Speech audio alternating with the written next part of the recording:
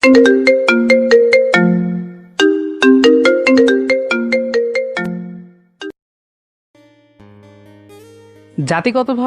গত কয়েক দশকে আমাদের যে এক প্রকার দেউলিয়াপনায় ধরেছে সেটা বোঝা যায় যখন কেউ বাইরে থেকে দেশে আসে। এবার ঢাকায় আসি 4 বছর পরে। নিজ গৃহ ব্যতীত ঢাকায় যে কোনো আত্মীয়দের বাড়িতে গেলে যখন কেউ শোনে আমি পশ্চিমা গোলার্ধে থাকি, তখনই আমার প্রতি তাদের ট্রিটমেন্ট পাল্টে যায়। সেখানে কি করি তা জানতে চাই। শুধুমাত্র সেখানে বসবাস করে শুনে সবাই ধরে নেয় কোনো মহাকাণ্ড করে এসেছি। আর এই ধরে নেওয়াটাও এক একজনের এক এক রকম। দারোয়ান চাচার ধারণা ওই দেশে টাকার গাছ লাগানো আছে, একবার বিদেশে পা রাখলেই শুধু ছিঁড়ে খরচ করার কষ্টটুকু করলেই হবে। বড় চাচার ধারণা ওইসব দেশে ডিগ্রি মানেই পিএইচডি, তবে ওনার ভাষায় পিএইচডি। আমার কাছে জানতে চাইলেন, এক পিএইচডি তো নিলাম, আরেকটা নিতে কতদিন লাগবে? ছোট মামার ছেলে সিয়াম বলে, তানভীর ভাইয়া তোমার কতজন গার্লফ্রেন্ড? এই হচ্ছে পরিস্থিতি। বিদেশ সংক্রান্ত ব্যাপারে দেশের মানুষের মধ্যে যে ব্যাপক কনফিডেন্সের অভাব, এতে কোনো সন্দেহ নেই।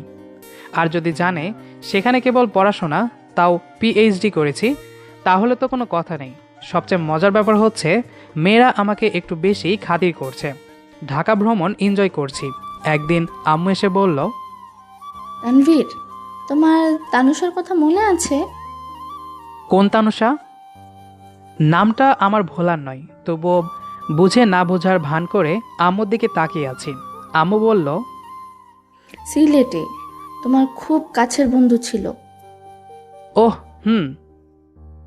তানুষাকে নিয়ে ক্লাস 9-এ থাকতে কিছু ঘটনা ঘটেছিল। বাড়ি আর এলাকার সব লোক ঘটনাটা বেশ কয়েকদিন যাবৎ মনে রেখেছিল। আম্মুকে সে সময় সিলেটের মদনমোহন কলেজে বদলি করা হয়েছিল। 4 মাস সেখানে ছিলাম। পরে আম্মু অনেক ধরাধরি করে পুনরায় হমিকোনাতে ফিরে আসেন। তানুষার কি হয়েছে? তানুষা এখন গুলশান ঢাকা ব্যাংকের বড় অফিসার। এত তাড়াতাড়ি? কত বড় অফিসার? এত তাড়াতাড়ি কই, 15 বছর তো পার হয়ে গেছে।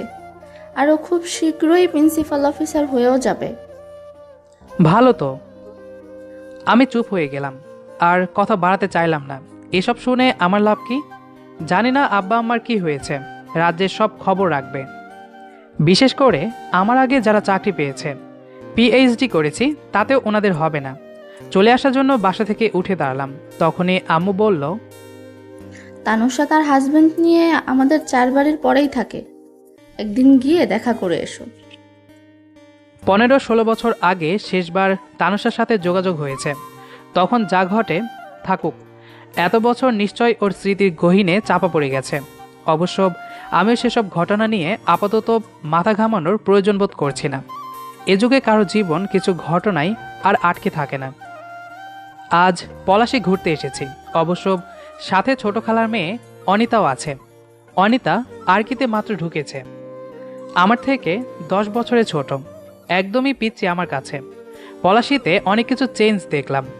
বিশ্ববিদ্যালয় বদলে গেছে। পলাশীর মোড়ে নতুন নতুন অনেকগুলো বিল্ডিংও হয়েছে। ছাত্রীদের ড্রেস আপও বদলে গেছে। মেয়েরা এখন সালোয়ার কামিজ ছেড়ে পরনে জিন্স টি শার্টের আধিক্য। মেয়ের সংখ্যাও বেশি, তবে কোয়ান্টিটি বাড়লেও কোয়ালিটি আগের মতোই। সুন্দরী মেয়েরা কেন যে পরীক্ষায় ভালো করতে পারে না বুঝি না, কিন্তু বিদেশে এর উল্টো। ডিপার্টমেন্টে স্যারদের সাথে দেখা করে ক্যাফেতে আনিতার কাছে গেলাম বিদায় নিতে। তাহলে তুই থাক, আমি গেলাম। কথাটা বলতেই বাকি মেয়েরা আমার দিকে উৎসুক দৃষ্টিতে চেয়ে রইল। আমি সবার দিকে তাকালাম। আহা, মেয়েদের জন্য 10 বছর আগে যখন আমি গলা শুকিয়ে বসে থাকতাম, তখন মেয়েরা আমার দিকে তাকানোর প্রয়োজন বোধ করতো না। আর এখন তারাই আমার দিকে হা হয়ে তাকিয়ে থাকে। অনিতা বলল, ভাইয়া, আমিও বাসায় যাব। তোর না ক্লাস আছে? আজকে ভালো লাগছে না, বাসায় যেতে মন চাচ্ছে। একজন মেয়ের সাথে সাথেই ফোরন কেটে বলতে লাগলো, আসলে আপনাকে ছেড়ে আমাদের অনিতা থাকতে পারছে না। যেদিন থেকে এসেছেন খালি আপনার গল্প, তাই ও আপনার সাথেই যেতে চায়। কথাটা শুনে আমি অনিতার দিকে তাকালাম। সে লজ্জায় লাল হয়ে আছে। আমি পরিস্থিতি স্বাভাবিক রাখার জন্য বললাম, দেখিস অনিতা, বিনি আন্টি যেন আবার বাড়িতে যাওয়ার পথে না টের পাই। এভাবে ক্লাস ফাঁকি দিলে কিন্তু তোর খবর করে ছাড়বে। গাড়িতে করে ফিরছি, হঠাৎ মনে হলো তানুষার সাথে দেখা করে আসি। আম্মু ওর কথা বলার পর থেকে ওকে মন থেকে নামাতে পারছি না। এখন সে নিশ্চয়ই আগের সেই কিশোরীটি নেই, হয়তো যে দেখব মোটাসোটা মহিলা হয়ে গেছে। তখন আরও মন খারাপ হয়ে যাবে। নিজে থেকেই তখন তানুষার আগের চেহারা মাথার মধ্যে ওভাররাইট হয়ে যাবে। আবার না দেখেও কেমন অস্বস্তি বোধ করছি। অনিতাকে বললাম, তুই বাসায় চলে যা, আমি গুলশানের দিকে যাব। কেন? পুরনো এক বান্ধবী আছে, তার সাথে দেখা করতে হবে। গার্লফ্রেন্ড ছিল তোমার? তুই জানিস? বড় খালামণি বলেছিল এক সময়। ওহ, অনেক আগের গার্লফ্রেন্ড ছিল, 15 বছর আগের। এত আগে? এখনো প্রেম আছে? অনিতা ভ্রুকুচকে প্রশ্নটি করল। ওর গোলগাল মুখটাতে কেমন যেন চিন্তার ছাপ স্পষ্ট। ওর তাকানো আমাকে অন্যদিকে ইঙ্গিত দিচ্ছে। ওর মাঝে আমাকে নিয়ে একটু বেশি রঙিন স্বপ্নের প্রাদুর্ভাব বুঝতে পারছি। আমি মুচকি হেসে বললাম, ভেবেছিলাম নেই, কিন্তু এখন মনে হচ্ছে আছে। ওর সাথে মিলে বাসা থেকে পালানোর কথা ছিল। তো পালানো হয়নি? পালিয়েও ছিলাম। হাত ধরে কিছু দূর ওকে নিয়ে দৌড়ানোর পর সাহস হারিয়ে ফেলেছিলাম। আমাকে নিয়ে পালাবে? অনিতার দিকে তাকালাম। ওর চোখে মুখে দুষ্টুমির ছাপ লেগে আছে, তবে কেন যেন মনে হচ্ছে ও এটা এমনি এমনি মজা করে বলেনি। অনিতা আবার বলল, তারপর বলো। তারপর আর কি, পালাইনি। তানুষা খুব খেপে গিয়েছিল। ওর খুব ইচ্ছে ছিল আমি ওকে নিয়ে পালিয়ে অন্য কোনো দেশে চলে যাব। এখন পালিয়ে যাও তাহলে। ওর এখন হাজবেন্ড আছে, আর এই 28 বছর বয়সে কি কেউ পালাই? আর তাছাড়া ও তখন পিচ্ছি ছিল, তাই এসব ব্যাপারে খুব ফ্যান্টাসাইজ করতো। সব মেয়ে করে, অন্তত অনেক মেয়েই করে। অনেক মেয়েই তার ভালোবাসার মানুষটাকে নিয়ে অদ্ভুত কল্পনা করে। ও বাবা, বেশ ভালো কথা শিখেছিস তো। আন্টি জানে এসব? তুই যে এত পাকা পাকা কথা বলছিস। আম্মু জানবে কেন? আর আমি সেই ছোট্ট নেই যে কথা বলতে পারবো না। আচ্ছা ভাইয়া, আমাকে তোমার কেমন লাগে? কি কেমন লাগে আবার? বলো না আমাকে কেমন লাগে। পিচ্ছি নাকি বড়? মোটা নাকি চিকন? সেক্সি নাকি হট? অনিতা আমার দিকে সরে এসে নিজেকে অন্যরকমভাবে দেখাতে লাগলো। আমি জোরে কেসে উঠি। এই মেয়েটার মাঝে অন্যরকম একটা হাবভাব বেশ পরিলক্ষিত হচ্ছে, তা আমি খুব ভালো করে দেখতে পাচ্ছি। কিন্তু বুঝলাম না কেন আমার মতো বুড়ো ছেলেকে এসব অনুভূতি দেখিয়ে সে কি পাচ্ছে। আমি কাশি থামিয়ে বললাম, তুই তো পিচ্ছি, তোকে আবার কেমন লাগবে? বাচ্চা মেয়ে একটা। যাই হোক, তুই কাকে নিয়ে পালাচ্ছিস? ধুর, আমি মোটেও পিচ্ছি না। আর আমি কাউকে নিয়ে পালাচ্ছি না। আমার তো আর প্রিন্স নেই যে এসে ক্যাসেল থেকে আমাকে উদ্ধার করে নিয়ে যাবে। অবশ্য আমাকে কেউ পাত্তাই দেয় না। আমি মুচকি হাসলাম। শেষের কথাটা অনিতা আমার দিকে কড়া দৃষ্টিতে তাকিয়ে থেকে বলেছে। আমি ঠিকই বুঝে গিয়েছি সেই কেউ ব্যক্তিটা যে আমাকে ইঙ্গিত করে বলেছে, তাতে কোনো সন্দেহ নেই। আমি অনিতার দিকে তাকিয়ে চোখ সরিয়ে নিলাম। সুন্দর মেয়েদের দিকে বেশিক্ষণ তাকিয়ে থাকলে আবার আমার চোখ দিয়ে পানি পড়ে। ওদের সৌন্দর্যের ঝলকানি এত বেশি যে তাকিয়ে থাকা মুশকিল। কথা বলতে বলতে গুলশানে তানুষার ব্যাংকের সামনে চলে এলাম। অনিতাকে নিয়ে অফিসে প্রবেশ করলাম। ঢাকার ব্যাংকগুলোতে এখন অনেক মেয়ে টরেন্টোর মতো হয়ে গিয়েছে। ব্যাংকগুলোতে এখন 80% কর্মকর্তা মেয়ে।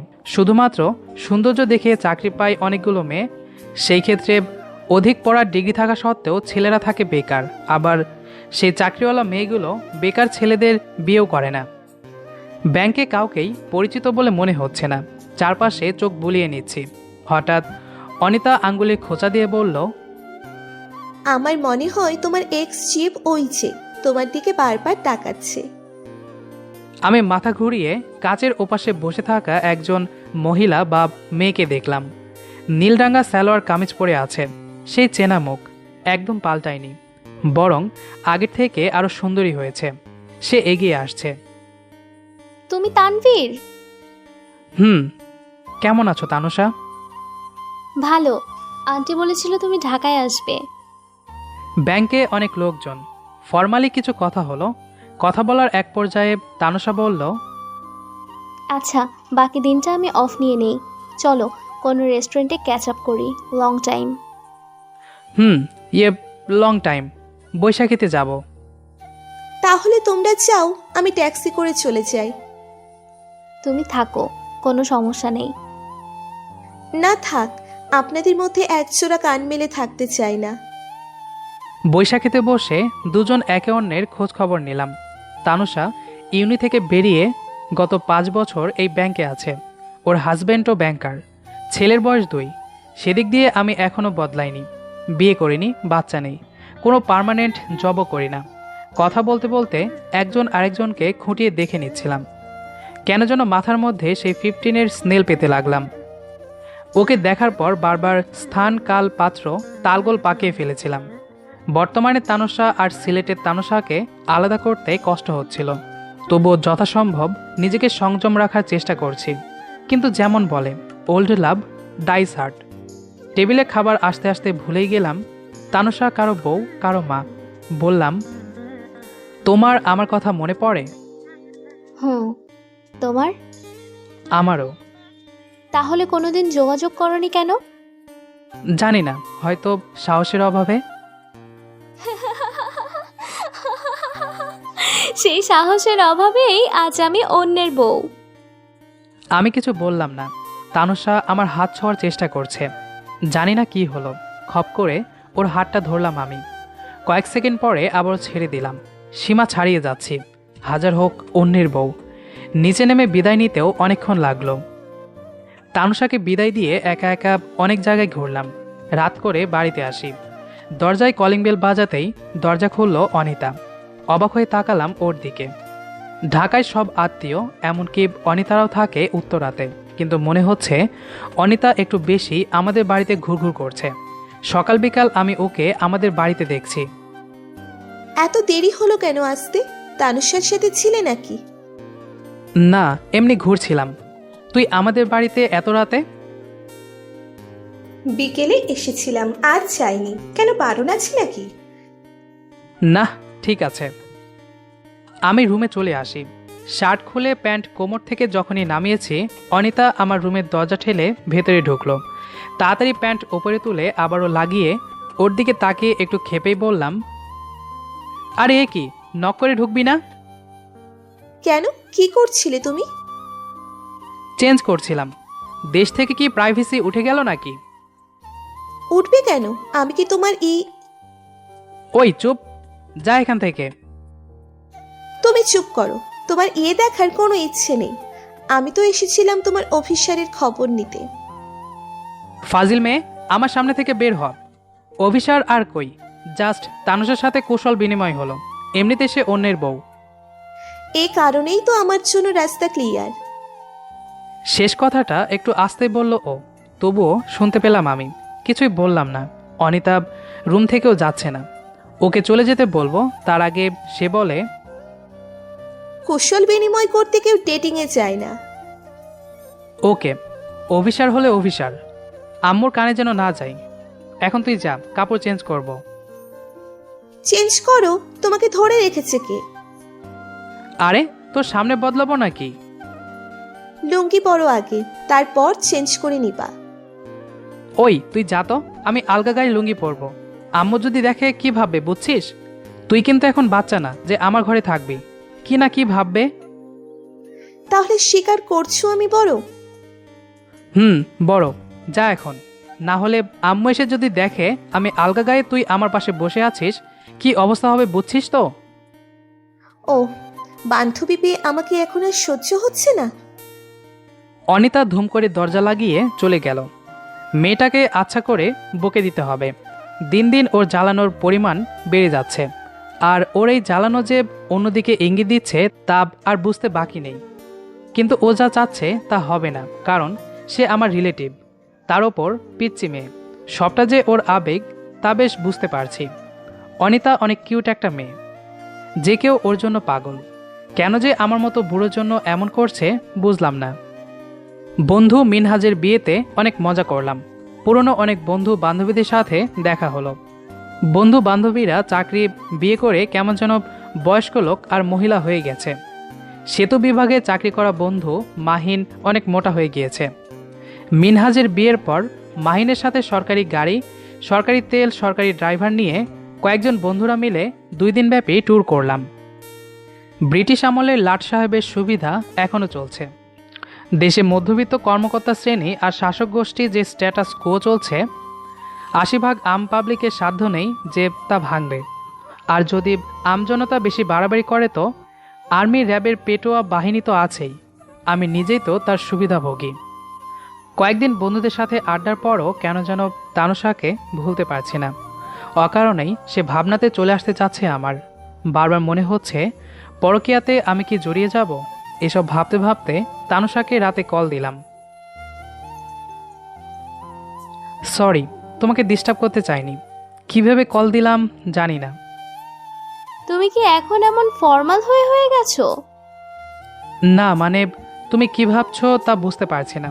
আর তোমার ফ্যামিলি আছে, আমি ইন্ট্রুডার হতে চাই না। Old B fair.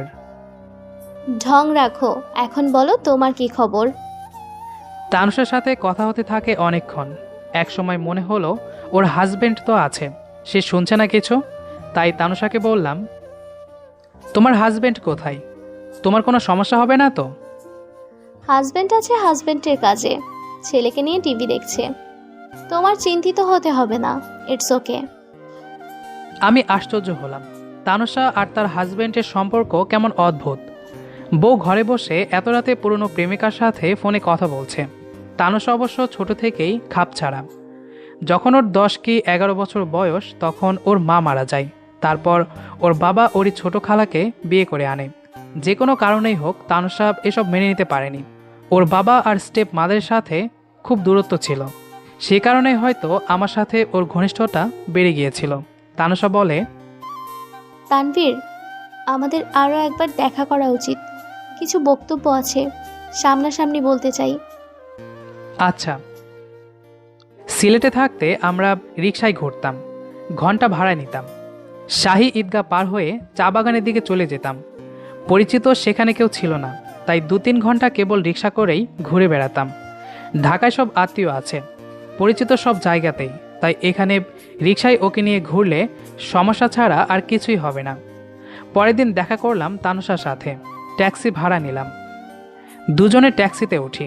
তানুষা অন্যের বউ এটা প্রায় ভুলেই গিয়েছি। কেন যেন তানুষার সাথে থাকতেই বেশি ভালো লাগছে আমার। বেশ কিছু সময় পর তানুষা বলে, সিলেট থেকে তোমরা চলে আসার পর আমার সব সময় মনে হতো তোমরা একদিন সিলেটে ফিরে আসবে। প্রথম কয়েক বছর চলে যাওয়ার পর যখন তোমার দেখা মিলল না, তখন ভাবতাম ঢাকায় গিয়ে তোমাকে খুঁজে বের করব। ঢাকায় ভর্তি পরীক্ষা দিতে এসে তোমাকে খুঁজেছি। ডাবিতে ঢুকে ভেবেছিলাম এবার অবশ্যই তোমার সাথে দেখা হবেই। আশ্চর্যের বিষয় হলো তোমাকে ডাবিতে পাইনি, আর তুমিই ছিলে আমার হোস্টেলের 1 মাইলের মধ্যেই, অথচ তোমাকে পাইনি। মাঝে মাঝে তোমার উপর খুব রাগ হতো, তবে সবসময় ক্ষমা করে দিয়েছি। আমার সবসময় ধারণা ছিল তুমি ইনিশিয়েটিভ নেবে, কিছুদিন যাওয়ার পর হয়তো ভুলে যাবে। আমাকেই কেন ইনিশিয়েটিভ হতে হবে? কি বলবো, সে সময় দুজনের পার্সোনালিটির মধ্যে তোমারটা ছিল স্ট্রং। তুমি যা বলতে আমি তাই তো করতাম। আমার রোল তো সবসময় প্যাসিভ ছিল। হাহ, তুমি তো দেখি সেই টিপিক্যাল পুরুষ হয়ে গেছো, সব দায়িত্ব আমার। তুমি বিদায় নেওয়ার আগে কি প্রতিজ্ঞা করেছিলে মনে আছে? আমি চুপ হয়ে তানুষার দিকে তাকালাম। সুন্দর মুখটাতে রাগের প্রতিচ্ছবি দেখতে পাচ্ছি। মেজাজও কেমন খ্যাপাটাই ভাব। তবে রাগ করাটাই স্বাভাবিক ওর। সব দিক মেপে দেখলে দোষটা আমারই। কেন যেন আমার কোনো রিলেশনশিপ স্টিকই হয় না। সিলেট থেকে ঢাকায় চলে আসার পর তানুষার জন্য খারাপ লেগেছিল, কিন্তু মাসখানেকের মধ্যে সব স্বাভাবিক হতে শুরু করে। হয়তো I have always move on ছিলাম। যখন রিলেশনশিপ থাকে তখন ইন্টেন্সিটি বেশি থাকে, আর যখন শেষ হয়ে যায় তখন দ্রুত ভুলেও যাই। তানুষা এবার নরম হয়ে বলল, আমি কখনোই তোমাকে দোষ দেইনি। তুমি তো আর আমার মতো নিডি নও। তোমার বাবা মা তোমাকে সবসময় আগলে রেখেছে, কিন্তু আমার তোমাকে খুব প্রয়োজন ছিল, খুব বেশি।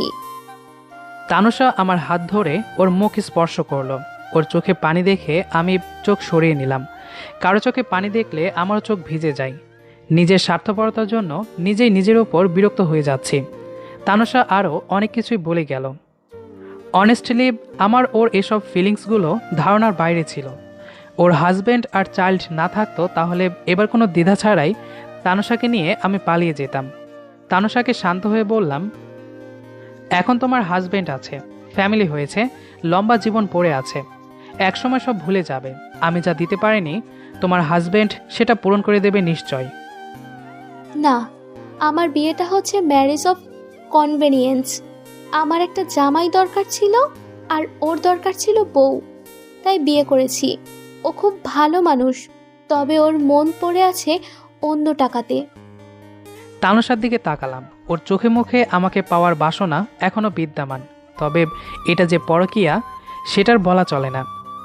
আমি মুচকি হাসলাম। তানুষা বলে, তবে তানভীর, আমি ওকে ছেড়েও যেতে চাই না।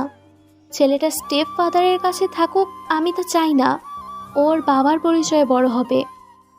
সত্যি বলতে কি, তোমাকে ভালোবাসি আজও, তবে হাজবেন্ডকে ছাড়তে পারবো না। আবার তোমার সাথে কথা না বলেও থাকতে পারবো না। আমি আর কিছু বলিনি। দিনটা ভালুকা ফরগাঁওয়ে কাটিয়ে সন্ধ্যায় ঢাকায় ফিরে এলাম। অনেক কথা হলো দুজনের। মেয়েটা আগের মতোই শার্প আর অ্যানালিটিক্যাল আছে। মনটা খারাপ হয়ে যাচ্ছিল, এত স্মার্ট মেয়েটা আমার হতে পারত। সন্ধ্যায় কিছু সময় তানুষার সাথে ঘুরলাম। মেয়েটা সব কিছুতে এখনও আমি জেনেই অবাক হচ্ছি। আরও কিছুক্ষণ ঘুরে বাসায় আসতেই দরজা খুলে দেয় অনিতা। কী রে, তুই এখনও যাস নাই? কেন, থাকলে সমস্যা নাকি? আচ্ছা চলে যাব। কি হয়েছে, রেগে আছিস কেন? তুমি তানুষার সাথে সকালে ট্যাক্সি করে কই গিয়েছিলে সেটা বলো। তুই জানিস নাকি? আমার বান্ধবী দেখে আমাকে বলেছিল। আমার পিছে লোক লাগিয়ে খবর রাখছিস, ব্যাপারটা কি? এবার অনিতা একটু চুপ হয়ে গেল। ওর কারসাজি যে ধরা খেতে যাচ্ছে সেটা ভেবেই হয়তো চুপ। আমি পাশ কাটিয়ে রুমে চলে আসি। সাথে সাথে অনিতা আসে। আমি ওর দিকে তাকিয়ে বললাম, কি রে, কিছু বলবি? ট্যাক্সি করে কই গিয়েছিলে? আর বান্ধবী পড়তে গিয়ে তোমাদের দেখে, লোক লাগাবো কেন? ওহ, একটু ঘুরছিলাম। তানুষা ঘোরাটা মিস করছিল, তাই একটু সঙ্গ দিলাম। কেন, ওর তো সঙ্গ দেওয়ার জন্য হাজবেন্ড আছে নাকি? ওই, তুই কি আমার বউ? এত প্রশ্ন করিস কেন? হ্যাঁ বউ, এখন বলো তুমি কেন গিয়েছিলে? দেখ, ফাজলামো রাখ। পিচ্চি আছিস, পিচ্চিদের মতো থাক। এসব মাথা থেকে ঝেড়ে ফেলে পড়াশোনা কর, যা। ভাগ আমার সামনে থেকে। কেউ তোকে আমার রুমে দেখলে উল্টাপাল্টা ভাববে। কে কি ভাববে?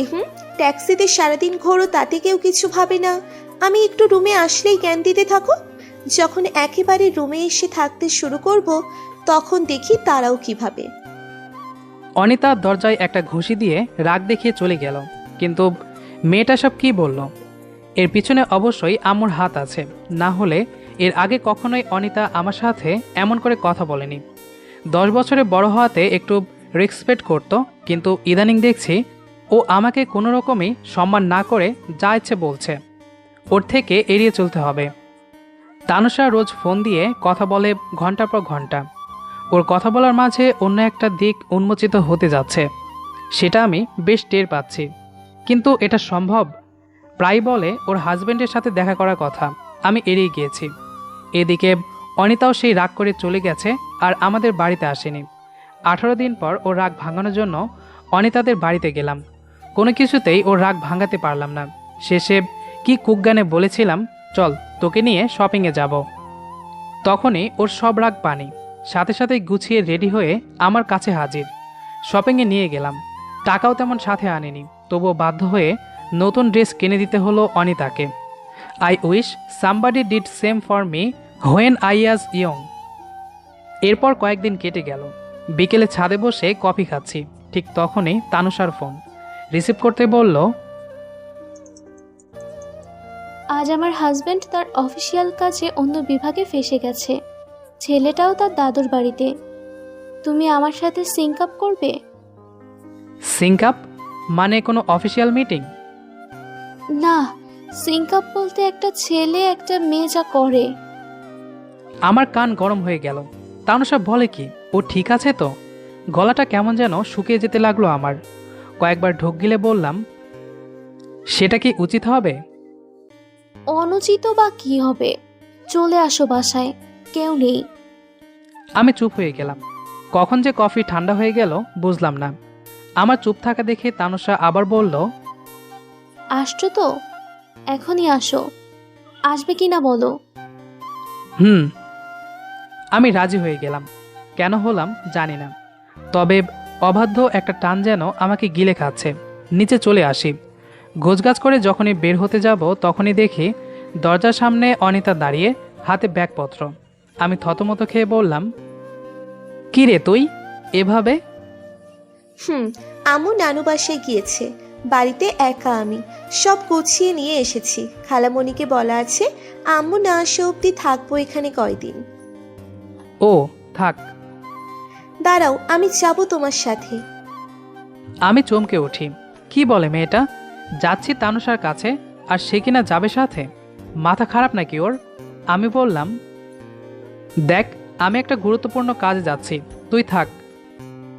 না, আমিও যাব। আর তুমি কাজ করবা, আমি ডিস্টার্ব করব না। একদম চুপ হয়ে থাকবো। কাজ শেষ হলে একসাথে ঘুরবো। আরে বাবা। আমি যাবই। অনিতাকে বোঝাচ্ছি কিন্তু ও কিছুতেই বুঝতে পারছে না। তখনই ফোন আসে। হাতে নিতেই অনিতা দেখে তানুষার সেভ করা নাম্বার। ফোন রিসিভ করলাম না। অনিতা বলে, ও, বুঝতে পেরেছি তোমার গুরুত্বপূর্ণ কাজ। যা এখন সর। না তো, এখন হবে না, আমি তো এখন যাবই। দেখ অনিতা, ভালো হচ্ছে না, আমার সহ্য হচ্ছে না। কি? একটা সামান্য মেয়ের জন্য সহ্য হচ্ছে না আমাকে?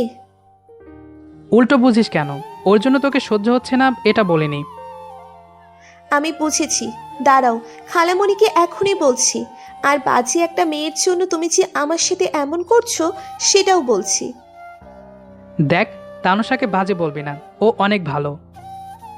কিসের ভালো? বাজে মেয়ে, ফালতু মেয়ে, খারাপ মেয়ে। অনিতার গালে একটা চর বসিয়ে দিলাম। মেয়েটাকে বুঝিয়ে যখন কাজ হবে না তখন চরটাই দরকার। চর মেরে আর দাঁড়ালাম না, সোজা হেঁটে গাড়ি কাছে চলে আসি। পেছনে একবারও তাকানোর প্রয়োজন মনে করলাম না। কয়েক মিনিট গাড়ি চালিয়ে তানুষাদের বাড়ির সামনে গেলাম। বাড়িটা আসলেই ফাঁকা। তানুষাকে ব্যালকনিতে দাঁড়িয়ে থাকতে দেখলাম। দূর থেকে বোঝা যাচ্ছে সে সেজে আছে। গাড়িটা বাইরে পার্ক করে বাড়ির ভেতরে এসে কলিং বেল বাজালাম। সাথে সাথেই দরজা খুলে দিল তানুষা। তানুষাকে দেখে মাথা ঘুরে যাবার মতো অবস্থা। এদিকে বিকেল প্রায় শেষ। বিকেলের নরম আলোতে তানুষাকে আবেদনময়ী লাগছে। হাতে চুড়ি, ঠোঁটে গাঢ় লিপস্টিক, হালকা মেকআপ। চোখ ছানা বড়া আমার হাত ধরেই ভেতরে টেনে নিয়ে গেল। সোফাতে বসিয়ে বলল, তুমি বসো, আমি আসছি। তানুষা ভেতরে চলে গেল। বুকটা টিপ টিপ করছে। কি হতে যাচ্ছে তার কল্পনা করতেই তবে মনটা কেমন যেন হয়ে গেছে। কোথায় যেন একটা কি নেই অনুভব হচ্ছে। বারবার মনে হচ্ছে যা হতে যাচ্ছে তা কি ঠিক হতে যাচ্ছে? আচ্ছা, তানুষা যা চাচ্ছে তা যদি না করি তাহলে কি হবে? তানুষার সাথে কথা হবে না, আর রিলেশনও থাকবে না। পারবো তো তাকে ছাড়া থাকতে? পারবো, কারণ 15 বছর তো তাকে ছাড়া দিব্যি কাটিয়েছি। আর যদি ওর ডাকে সাড়া দিই তাহলে অনেক কিছুই হবে। ওর সাথে ঘনিষ্ঠতা বেড়ে যাবে, ওর স্বামীকে ঠকানো হবে, ওর স্বামীর কাছে তানুষার প্রতি বিশ্বাস হারাবে। ওর ছেলেটাও যদি এসব জানে, আমার পরিবারও যদি জানে তাহলে খুব খারাপ হবে। আচ্ছা, যদি অনিতা জানে? অনিতা জানলে আমার কি? মাথাটা কেমন চক্কর দিতে লাগলো। কেমন যেন তাল কেটে যাচ্ছে সব আমার। এর মধ্যেই তানুষা আমার সামনে এসে হাজির। ঠোঁটের কোণে মুচকি হাসি। গায়ে পোশাকগুলো কেমন এবড়োথেবড়ো হয়ে আছে। হাতে গোনা দুটো কাপড় পরে আছে ও। বুকটা টিপ করে উঠল। আমি চোখ নামিয়ে নিলাম। আবারও মনে হতে লাগলো আমি বা তানুষা দুজনেই ঠিক করছি কি কিছু বলতে যাব তখনই তানুষা আমার ঠোঁটে কিস করতে এগিয়ে আসতে লাগলো। জানি না কি হলো, আমি একটু পিছিয়ে গেলাম। তানুষা একটু অবাক চোখেই তাকালো আমার দিকে। আমিও নিজের প্রতি অবাক হলাম। যে কিনা এসবের ডাকে সাড়া দিতেই এসেছে সে এখন পিছিয়ে যাচ্ছে। ভাবতেই তো আমি অবাক হচ্ছি। মাথার মধ্যে পরিবার আর অনিতার বিষয়গুলো এসে নেড়ে দিয়ে যাচ্ছে আমার মগজ। অনিতার মুখটা বারবার চোখের সামনে ভাসছে। তানুষা মুচকি হেসে বলে, ও চুমুতে হবে না, দাঁড়াও। তানুষার দিকে তাকালাম। ও তার বুকের কাপড়টা খুলতে যাবে, তখনই আমি থামিয়ে বললাম, সরি তানুষা, আমার মনে হচ্ছে আমরা যা করতে যাচ্ছি সেটা অন্যায়, এটা পরকীয়া। এটা কোনো অবৈধ ভালোবাসার কামড়, যার প্রতিটা স্পর্শে প্রতিটা কামড়ে বিষের পরিমাণ অনেকটা বেশি, যা আমি সহ্য করতে পারবো না। তোমার সংসার সেই ভালোবাসার কামড়ে বিষাক্ত হবে, তিক্ত হয়ে যাব আমরাও, অনেক সমস্যা হবে। আর তাছাড়া আমার মনে তোমার প্রতি কোনো ভালোবাসা নেই তানুষা। যেটা থাকতে পারে সেটা হলো এই অবৈধ ভালোবাসার কামড়, যা আমি দিতে বা নিতে পারবো না। কেন যেন মনে হচ্ছে অনিতাকে আমার দরকার, সে পিচ্ছি হলেও তাকে আমার দরকার। সরি তানুষা, প্লিজ তুমি তোমার হাজবেন্ডকে ভালোবাসো, তাকে আমার মতো করে সবসময় চাও, দেখবে ভালো থাকবে। আসি, আর আজকের পর তোমার সাথে আমার দেখা হবে না, খুঁজেও পাবে না। তুমি আমার সাথে কথা না বলে এতদিন যেভাবে থেকেছ সেভাবেই থাকতে পারবে। আসি। তানুষার দিকে তাকাইনি, কেন জানি না তাকানোর মতো সাহস আমার হচ্ছিল না। আমার চারপাশটা কেমন বদলে যাচ্ছে, হয়তো মনের আকুতিগুলো প্রকাশের জন্য এমন হচ্ছে। আমি হনহন করে হেঁটে দরজা খুলে বের হব, ঠিক তখনই সামনে দেখলাম অনিতা দাঁড়িয়ে আছে। আমি ঘাবড়ে গেলাম। অনিতা যদি ভুল বুঝে তাহলে আমার কিছুই বলার থাকবে না, তবে ওকে দেখে অবাক হলাম খুব। কোনো রকমে মুখে কথা এনে বললাম, তুই? সে কোনো কথা বলছে না। ওর দিকে তাকালাম, চোখ দিয়ে পানি বেরিয়ে গাল বেয়ে নিচে পড়ছে। হয়তো কাঁদছে আমাকে এভাবে তানুষার সাথে দেখাই। হয়তো তানুষা এখনো পিছনে বিকিনি পরে দাঁড়িয়ে আছে, আর অনিতা হয়তো ভাবছে এতক্ষণ আমি কি করছিলাম। ধুর, সব কিছুই কেমন যেন উল্টোপাল্টা মনে হচ্ছে। আমি অনিতার দিকে তাকানোর সাহস পাচ্ছি না, আর দাঁড়ালাম না। সোজা প্রায় দৌড়ে গাড়ি কাছে চলে আসলাম। নিজ এলাকা ছেড়ে অনেক দূর।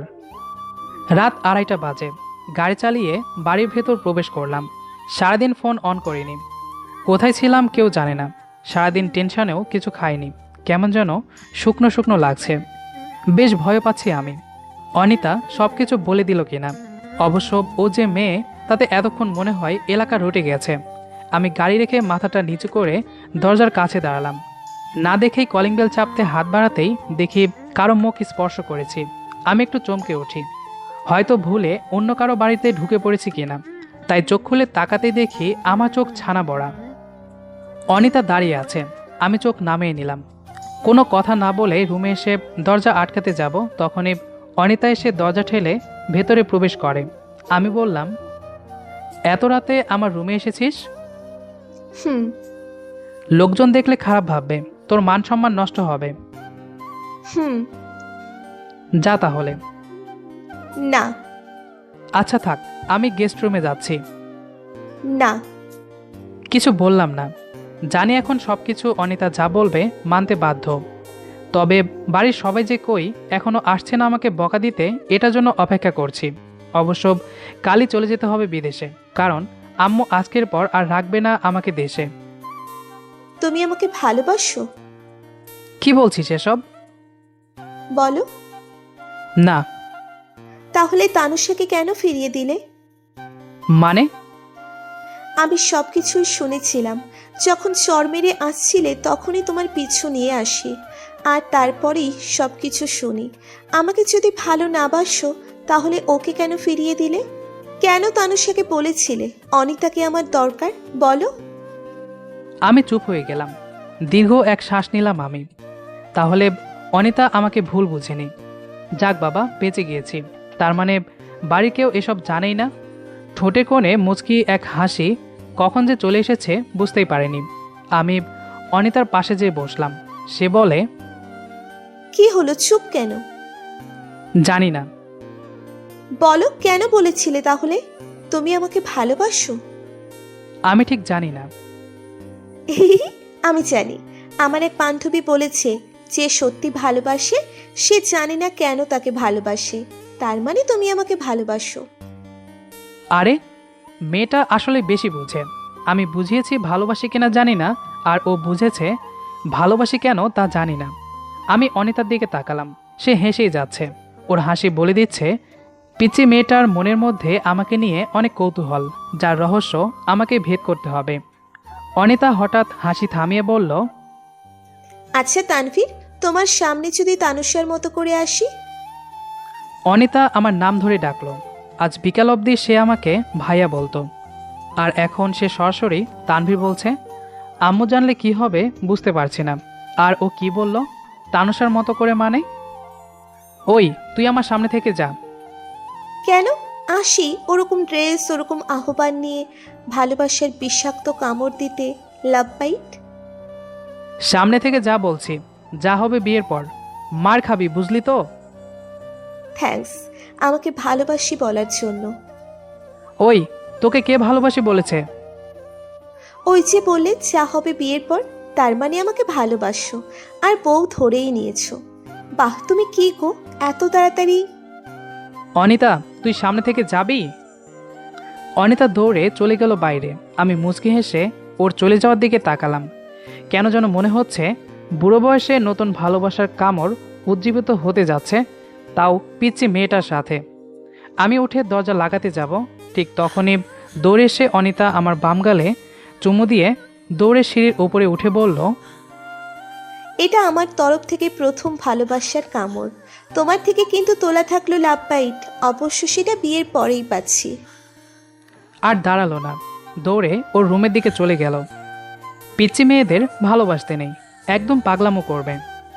আচ্ছা, আমি তাকে ভালোবাসি কি জানি, তবে ওর পাগলামোগুলো আপাতত দেখতে বা সহ্য করতে বেশ ভালোই লাগছে। যাক, তাহলে তুলেই রাখি ভালোবাসার কামড়। ভালোবাসা এসে ধরা দিলে সত্যিই ফিরিয়ে দিতে হবে ভালোবাসার কামড়। তো যাই হোক, গল্পটি এ পর্যন্তই। আমাদের আজকের গল্পটি আপনার কাছে কেমন লেগেছে সেটি অবশ্যই কমেন্ট করে জানাবেন। দেখা হবে আবারও নতুন কোনো গল্প নিয়ে।